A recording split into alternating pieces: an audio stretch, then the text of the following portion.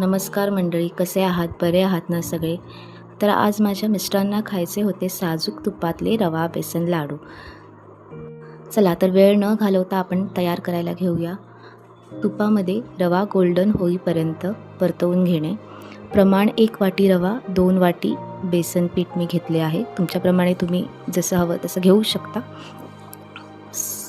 बेसन भाजायला थोडा वेळ लागतो, तो सुद्धा गोल्डन ब्राऊन होईपर्यंत भाजून घेऊया. बेसन भाजल्यानंतर भाजलेला रवा त्याच्यामध्ये एकत्र करूया. एकत्र करून घेतल्यानंतर त्याला मिश्रणाला थंड करत ठेवूया.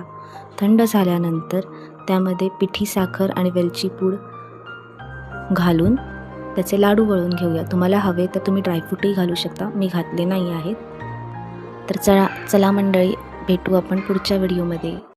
त्यासाठी लाईक, शेअर आणि सबस्क्राईब करायला विसरू नका.